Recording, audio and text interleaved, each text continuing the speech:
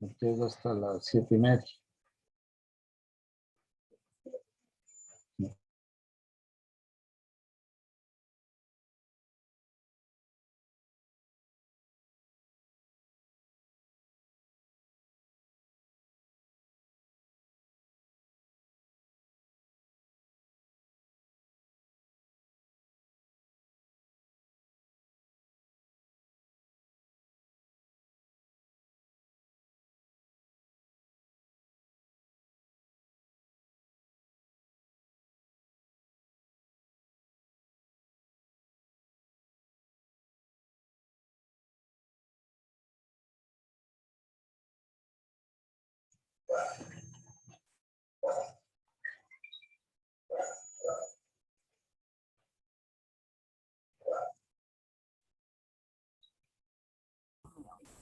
Hola.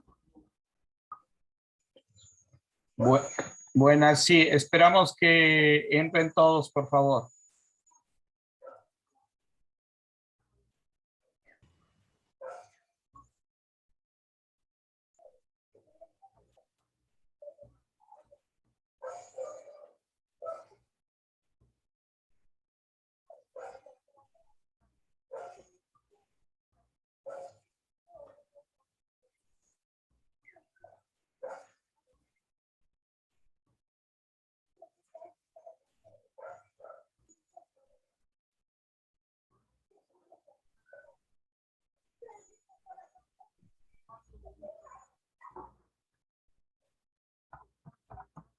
Bien, creo que ya estamos la mayoría.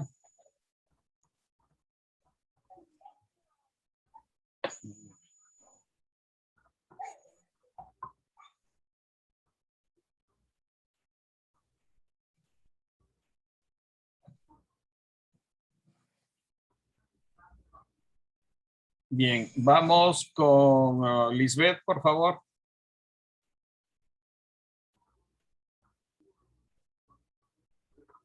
Hola, ¿qué tal? ¿Sí me escuchan? Sí, lo escuchamos. Ya. Debido al comentario anterior que hizo el compañero sobre esa obra en la cual se borraban las imágenes de los indígenas, me parece que hubo justo una exposición sobre, hubo una obra expuesta para un salón acá en Guayaquil. Fue la obra de LED, me parece que se llamaba, en la cual justamente la gente se acercaba a ver, veía la impresión de la gente de cómo en una fotografía se torna un modo distinto cuando tú borras, en este caso, estás tomando una foto en la serranía y justamente borras a la etnia predominante, en este caso los indígenas, ¿no? Veía la apreciación de las personas, de cómo se ve la fotografía con los indígenas al fondo y sin los indígenas al fondo. Hubo como que dos tipos de apreciaciones. Una que podría llamarse racista, otra que podría llamarse generalista. Pero vamos a que la apreciación de las personas respecto a la obra que estaba abierta al público, como lo decía el compañero anterior, eso mismo se dio. Bien, gracias. Les quiero pedir por cuestiones de tiempo que las intervenciones las tratemos de hacer más cortitas, ¿no? Que podemos sintetizar un poquito más. Vamos, por favor, con Esmeralda. Buenas noches. Justo quería tratar el mismo tema porque, bueno, fue José Domingo Lazo el que hizo esto. Justo su nieto François Coco Lazo hizo el análisis y también se tenía que ver el contexto en el momento en el cual fue realizada la obra. Si bien él hizo este borramiento, por así decirlo, fue hecho como un pedido. O sea, los fotógrafos también trabajaban bajo un proceso en el cual se les solicitaba hacer esto. Analizándolo en ese tiempo, la fotografía servía para lo que se conocía como el racismo científico. Entonces, para algunas personas en esa época no estaba determinado como algo erróneo, sino que simplemente era esta imagen de modernidad que en aquel tiempo se quería mostrar de la ciudad. Hoy por hoy podemos ver esto como algo negativo, pero en su tiempo era parte de un proceso en el cual se quería mostrar una imagen. Entonces aquí comenzamos a analizar el por qué se manipula ciertas imágenes, pero siempre, como decían en el texto, la, la fotografía y la memoria siempre están de la mano. Entonces, la fotografía se convierte en este momento en una herramienta para conocer el pensamiento de las diferentes épocas. Entonces, esa es una parte muy importante que no me había presentado antes. Tenía un problema con la computadora, pero a mí me interesa bastante justo ese uso de la fotografía con relación a la historia, cómo nos puede mostrar las diferentes miradas de la época en contraste con nuestras miradas. En aquel tiempo la fotografía se utilizaba para tomarle las fotos a los indios, como les llamaban en ese tiempo. Hoy por hoy ya podemos llamarlos de otras formas, pero se consideraba como algo inferior y la fotografía mostraba aquella desde una perspectiva científica. Gracias. Sí. Vamos por favor con Andrés. Sí, lo que yo quería comentar era que justamente en el momento que vivimos ahorita, en el caso de Colombia concretamente, es interesante ver que la mayoría de las fotografías que se comparten a través de los medios de prensa te muestran una realidad que comúnmente responde a ver a las personas que están protestando como vándalos o agresores.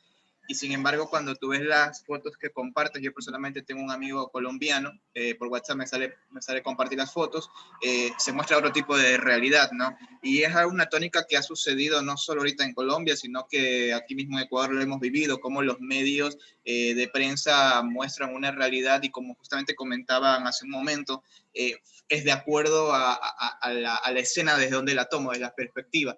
Yo creo que ambos tienen, como tú decías, ninguno miente, pero ambos te cuentan cosas diferentes. Muy bien, gracias. Vamos con María, por favor. Bien, yo considero que es importante lo que nos estamos planteando porque podemos ver diferentes imágenes, pero cada persona lo va a interpretar de muchas formas porque realmente la realidad es subjetiva.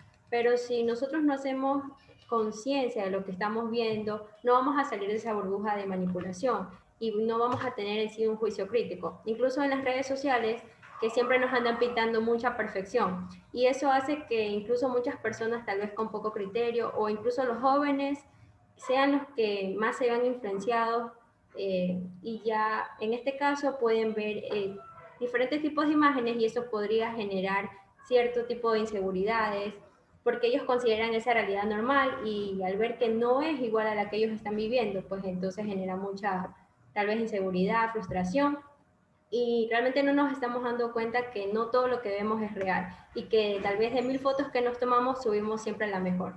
Entonces es importante también tener ese punto a considerar, ¿no? Bien, gracias. Javier, por favor. ¿Qué tal? Bueno, yo rápidamente quería, bueno, esto que preguntaron acerca de por qué es importante analizar las imágenes, es que las imágenes, bueno, al menos la forma en la que son presentadas al público, es ahí donde se encuentra en algunos casos este sentido de persuasión, no necesariamente para que resulte en una acción, sino también en un sentimiento, en algún punto de vista, en alguna postura. Es decir, las imágenes tienen el poder, digamos que, de contarte algo que tú puedes, en base a qué tanto profundizas acerca de esa imagen, empezar a creer o no creer. Por ejemplo, yo si cito mal, disculpen, es una frase que yo hace poco pude leer, pero es una de Joseph Goebbels, que es, si cuentas una mentira 1000 veces, esa mentira se va a convertir en una realidad. Y es que yo creo que esto va bastante ligado con el hecho de quedarse con la primera versión que tú escuchas. Cuando tú escuchas una versión de los hechos, puede que por muy impactante que te lo cuenten, no empieces a creerlo, pero hay otros casos en los que te lo contaron de una forma tan detallada, tan persuasiva y tú empezaste a creerlo. Yo siento que con las imágenes es lo mismo. Yo estudio publicidad y sé que hay piezas gráficas que te influyen un sentimiento que para las marcas resulta en una compra. Así que yo creo que si tú analizas y profundizas en la imagen en la cual estás viendo, tú puedes realmente decidir lo que va a pasar contigo. ¿Vas a empezar a creer o no vas a empezar a creer? ¿Vas a empezar a sentir o no vas a empezar a sentir?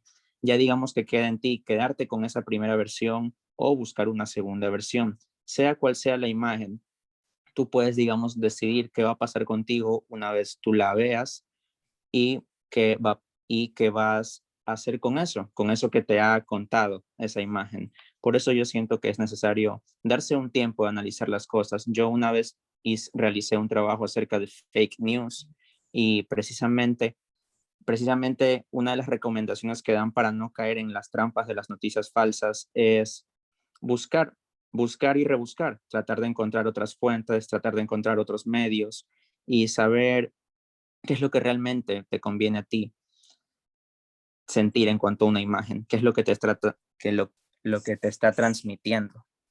Bien, gracias, Javier.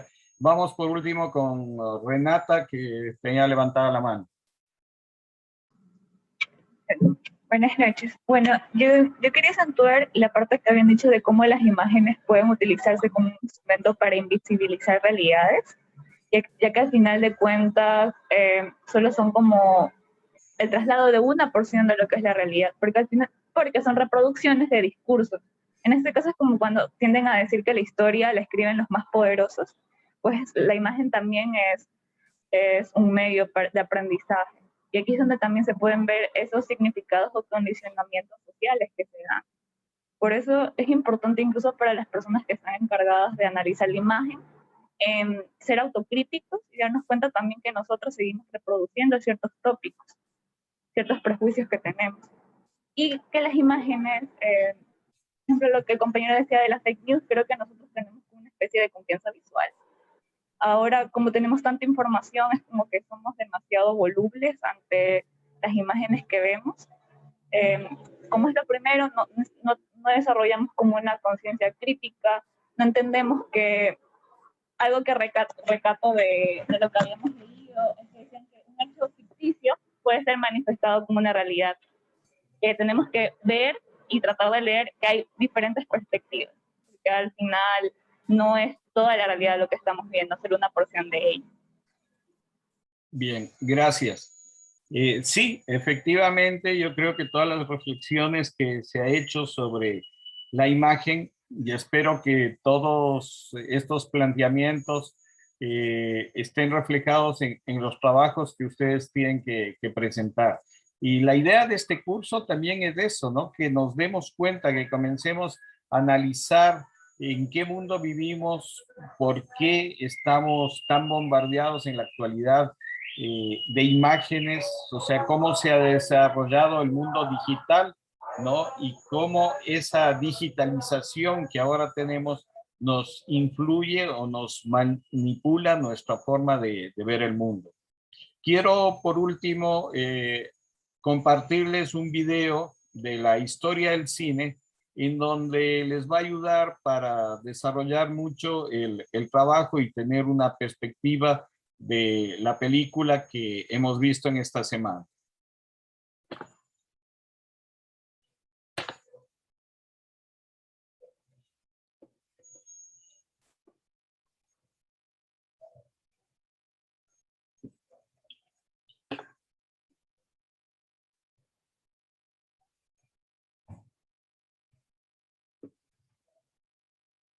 Denme un segundito, le encuentro la película.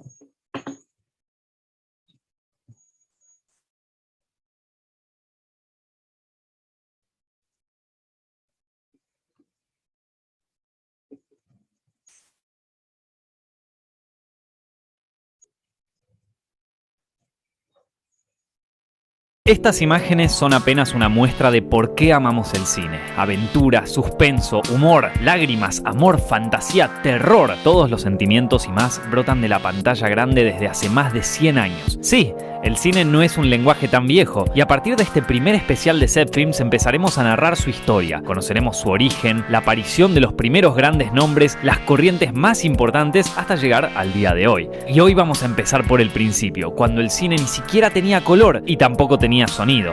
Sí, damas y caballeros, hoy vamos a hablar del cine mudo.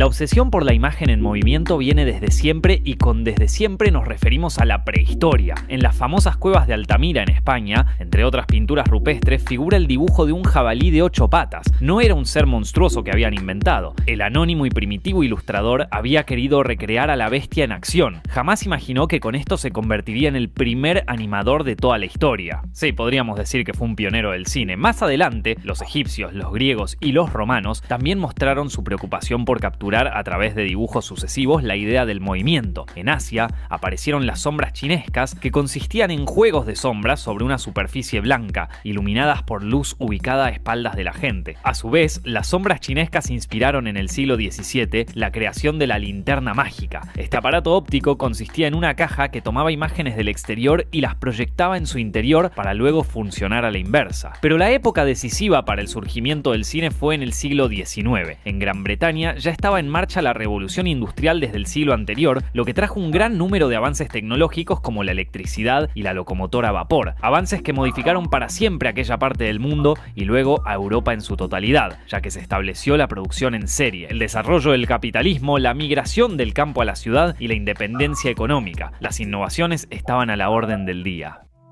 Uno de los inventos de aquella época fue la fotografía. En 1816, el científico y terrateniente francés Joseph Nicéphore Niepce crea la cámara oscura, un aparato que no alcanzó a la perfección hasta que Niepce conoció a su compatriota Louis Daguerre, quien perfeccionó el invento gracias a una variación de su autoría. El daguerrotipo, tal como se lo conoció, vio la luz en 1839 y se convirtió en el primer dispositivo fotográfico presentado al público. Otra figura clave para el surgimiento del cine fue Peter Mark Roget, médico inglés que en 1824 presentó la tesis de la persistencia retiniana. Según esta teoría, una imagen se queda en nuestra retina durante una milésima de segundo, por lo que podemos ver la realidad como una secuencia ininterrumpida de imágenes y también calcular detalles como la velocidad. A su vez, el físico belga Joseph Antoine Ferdinand Plateau descubrió que el ojo humano ve unas 10 imágenes por segundo, que el cerebro toma como una sola imagen continua. A partir de este concepto, se realizaron varios efectos ópticos como el traumatropo, que consistía en un disco con una imagen distinta en cada lado y que al girarlo parecen formar parte de una única imagen. El ejemplo del pájaro y la jaula ya es un clásico que todo el mundo conoce. Promediando el siglo XIX apareció uno de los primeros nombres fuertes en el nacimiento del cine, Thomas Alva Edison. Para 1891, Edison ya era un reputado inventor gracias al fonógrafo y la lámpara. Con su ayudante William S. Lorry Dixon, creó y patentó el kinetoscopio, un aparato que capturaba imágenes en movimiento y las plasmaba en una cinta Eastman perforada. Edison se había inspirado en el sopraxiscopio, creado en 1879 por Edward Muybridge, quien había recurrido a él para desarrollarlo y sumarle el registro de sonido. Edison se apropió del concepto y junto a Dixon hizo su propio camino. No logró agregarle la grabación de sonido al kinetoscopio, pero marcó un precedente al crear en 1893 el primer estudio bautizado Black Maria. El 20 de mayo de 1891 se realizó la primera proyección en sus laboratorios y para una convención de la Federación Nacional de Clubs de Mujeres de los Estados Unidos. Pero las funciones de kinetoscopio resultaron limitadas y su alcance siempre fue en ámbitos privados y para un grupo selecto de personalidades. El perfeccionamiento del kinetoscopio y su masividad llegó desde Francia de la mano de los famosos hermanos Louis y Auguste Lumière.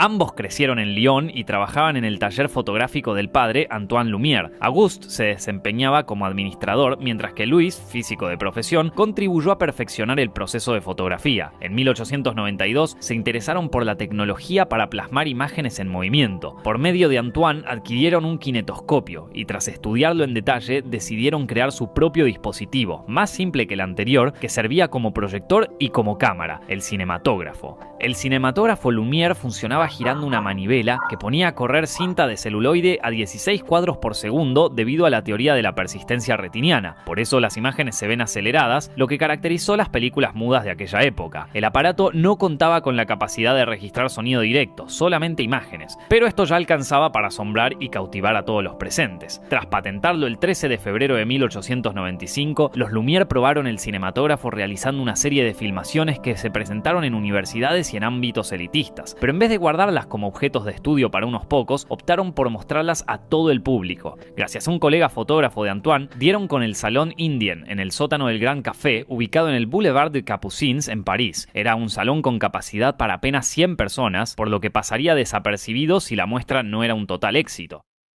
La primera proyección pública tuvo lugar el 28 de diciembre de 1895. Las 33 personas que concurrieron ese día presenciaron un verdadero acontecimiento. Los cortos que componían aquella exhibición mostraban situaciones y personas de la vida diaria, pero el encanto residía en que se estaban moviendo, en que parecían vivas dentro de la pantalla. Los pocos presentes difundieron la noticia del nuevo invento. La prensa le dedicó toneladas de notas y al poco tiempo era un suceso masivo.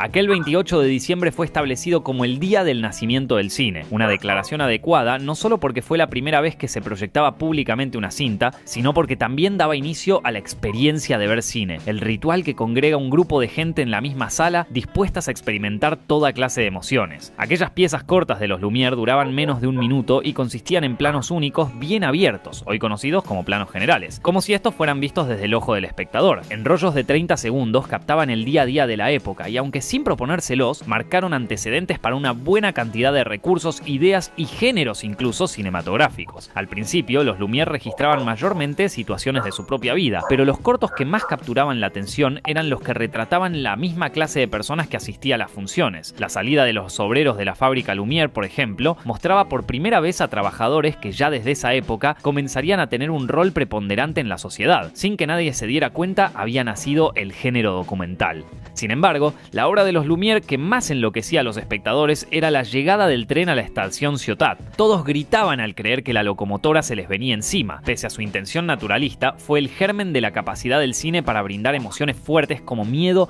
adrenalina y risas. Además, el corto El regador regado presenta un jardinero de los Lumière al que le hacen bromas con su manguera, generando situaciones graciosas. Mediante estos gags nacía la comedia en la pantalla. Los Lumière habían tenido la visión para crear el cinematógrafo y para mostrar su funcionamiento, pero no pensaban en el alcance de su invención, lo veían como un medio para fines científicos. Pero enseguida comprendieron su popularidad y de la mano de un buen número de camarógrafos empezaron a registrar acontecimientos deportivos, sociales y políticos de otras partes del mundo. Habían creado los noticieros. News on the March.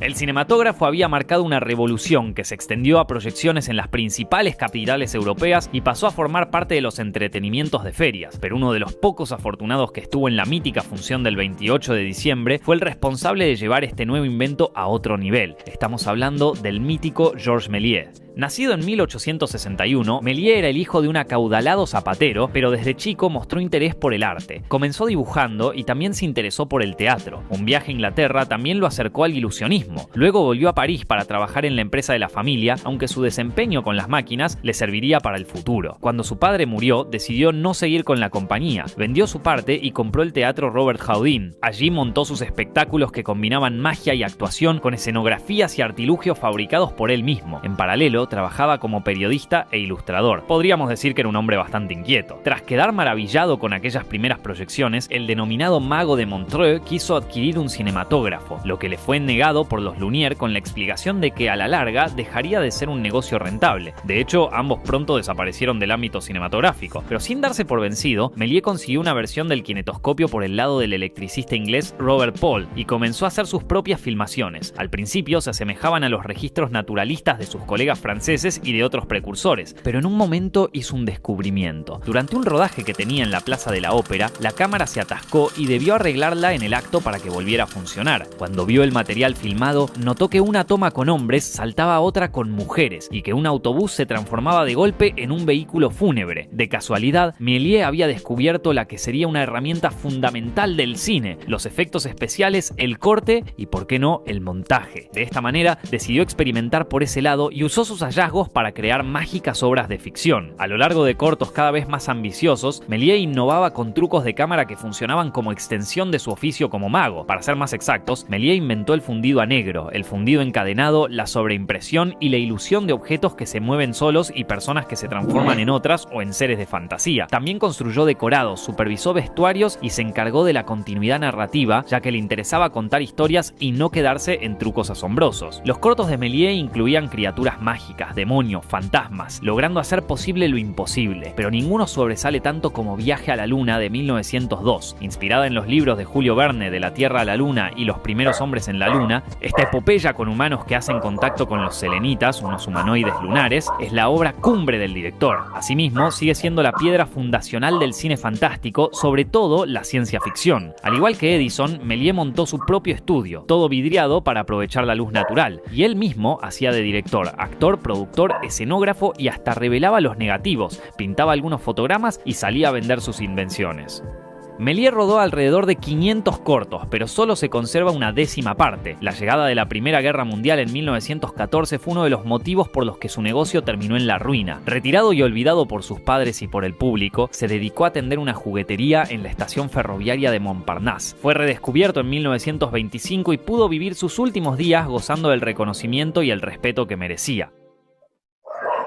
Los hermanos Lumière, al igual que Méliès, no estaban solos en estos amaneceres del cine. También podemos nombrar a otras figuras que tuvieron su importancia y en más de un caso alcanzaron la categoría de marcas. Charles Pathé fue el primero en tratar de sincronizar seriamente imagen y sonido, mezclando fonógrafo y el cinematógrafo. Los resultados no fueron muy satisfactorios, pero significaron un gran paso. De todos modos, Pathé eligió seguir vinculado al cine desde la producción y la distribución, y terminó fundando una de las empresas más emblemáticas que lleva su apellido. Uno de los colaboradores artísticos de Pathé era Ferdinand Seca. A principio ejerció tareas delante y detrás de cámara. Tal como lo hizo Méliès, él también incursionó en la fantasía, incluso innovando al filmar con tamaños de planos más cerrados, pero en 1913 abandonó las cámaras y se dedicó al área comercial de Pathé. También en Francia, Léon Gaumont inició sus actividades como vendedor de proyectores, pero se volcó a la producción, donde se convirtió en un hombre fuerte a nivel mundial. Alice Guy, su secretaria personal, tiene el honor de haber sido la primera en haber filmado una película narrativa, El Hada de los Coles, en 1896. Desde Gran Bretaña, la escuela de Brighton, formada por un grupo de fotógrafos, hizo una serie de pruebas que serían revolucionarias. A la par de Méliès, descubrieron y desarrollaron el montaje, es decir, la acción de unir dos fragmentos de cinta para lograr la continuidad o darle otro sentido a la película. Y la escuela de Brighton también fue la primera en rodar una misma situación desde distintos ángulos. Entre los nuevos directores también apareció un ex colaborador de Edison, el estadounidense Edwin Porter. Su obra maestra, Asalto y robo de un tren, de 1903, tiene un valor crucial. Es la primera película de acción, el primer western, y presenta dos novedades técnicas. Es la primera en utilizar el montaje paralelo, para que los espectadores pudieran ver dos acciones ocurriendo al mismo tiempo, y el primer plano medio, para mostrar de la cintura para arriba a un personaje disparando a cámara. Hoy aprendimos que el séptimo arte tiene antecedentes en la época de las cavernas, que la obsesión por capturar la imagen en movimiento fue perfeccionada durante los siglos y que una serie de inventos como la fotografía dieron pie al cine. Edison dio el primer paso grande, los hermanos Lumière lo perfeccionaron y oficializaron, y Méliès supo sacarle el jugo a todas sus posibilidades. Hoy la mayoría de aquellos films primigenios siguen siendo restaurados y pueden ser vistos gracias a las plataformas en internet. En 1995, conmemorado los primeros 100 años del cine, los hermanos Lumière fueron homenajeados en el especial Lumière y compañía, en el que grandes directores contemporáneos filmaron cortos de 52 segundos con un cinematógrafo y usando la luz natural. En 2010, Martin Scorsese estrenó Hugo, acerca de un niño que conoce a Georges Méliès y lo rescata de su anonimato. Un maravilloso homenaje de un maestro del cine a uno de los creadores del cine. Y con eso terminamos este primer video de una serie sobre la historia del cine. Espero que les haya gustado. Si les gustó, no se olviden de dejar su like ahí abajo,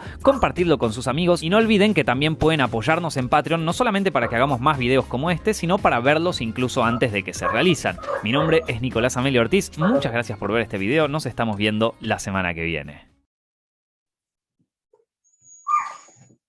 Bien, este trabajo que creo que les aclara mucho más lo que habíamos estado viendo y también ubica en mejor contexto la película esta de Georges Méliès. Quería, para finalizar, pedirles que por favor sus trabajos los presenten tal como habíamos definido. O sea, dentro del trabajo tiene que estar el nombre, su correo electrónico, su número de teléfono, a la provincia a la que corresponden y el número de grupo también. Tomen en cuenta que se han inscrito más de 300 personas. Hemos tenido que más o menos organizarlos en grupo, pero vamos a tener que ir seleccionando realmente las personas que quieren estar en este curso hasta el final. Nada más eso, agradecerles su participación. Si alguien tiene una última inquietud, algún comentario que quieran hacer, final. Sí, Carlos, Sí. quisiera solamente preguntarle si es que existe para la presentación de la tarea algún formato que debamos obedecer, aparte del encabezado que usted menciona. No, o sea, el que les envíen el PDF, simplemente es su opinión sobre estos trabajos. Muy bien, muchas gracias. Bien, gracias. ¿Hay alguna otra inquietud? ¿Existe algún límite de palabras o mínimo de palabras? No. En eso es completa libertad de como ustedes quieran exponer. Hay que hacer para la próxima clase, disculpen. ¿Perdón? Para de tarea. La próxima, el día lunes, cuando entreguen ustedes sus trabajos, tendrán la siguiente. Así va a ser. Quien no entregue su trabajo no va a tener la siguiente tarea. Ah, yo pensé que mandó otra tarea. No, sino que es así. O sea, presentan la tarea y enseguida se les manda la siguiente. Bien, ¿alguna otra inquietud?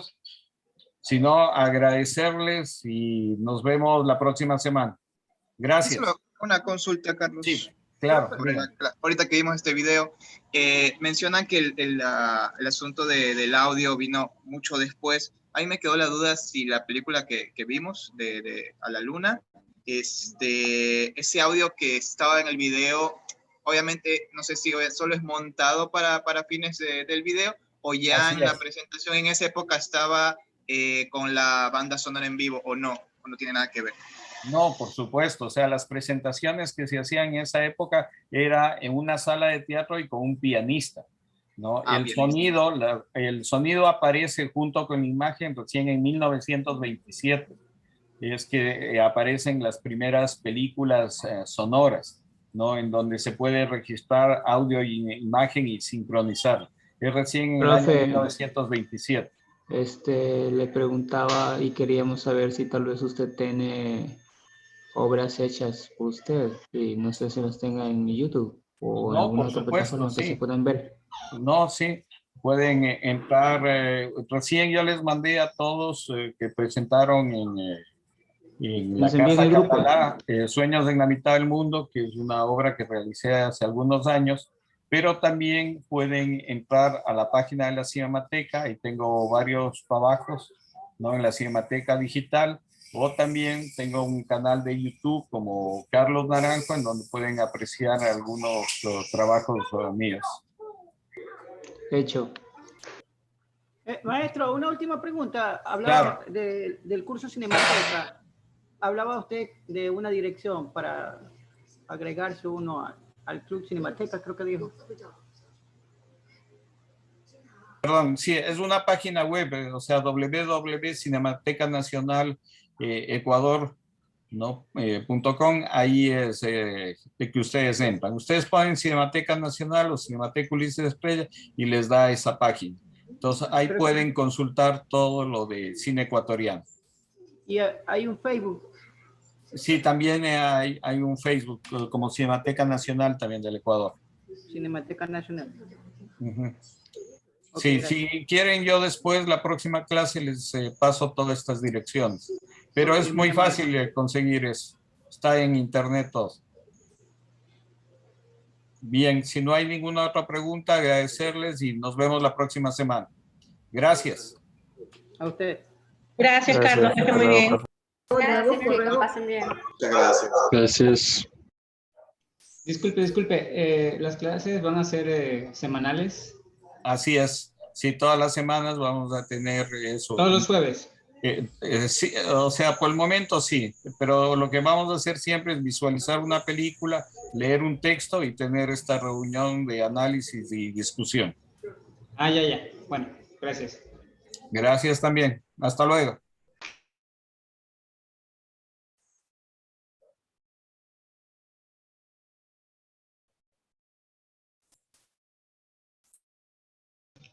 Profe, a la misma hora preguntan. Sí, a la misma hora tenemos las clases. Ya.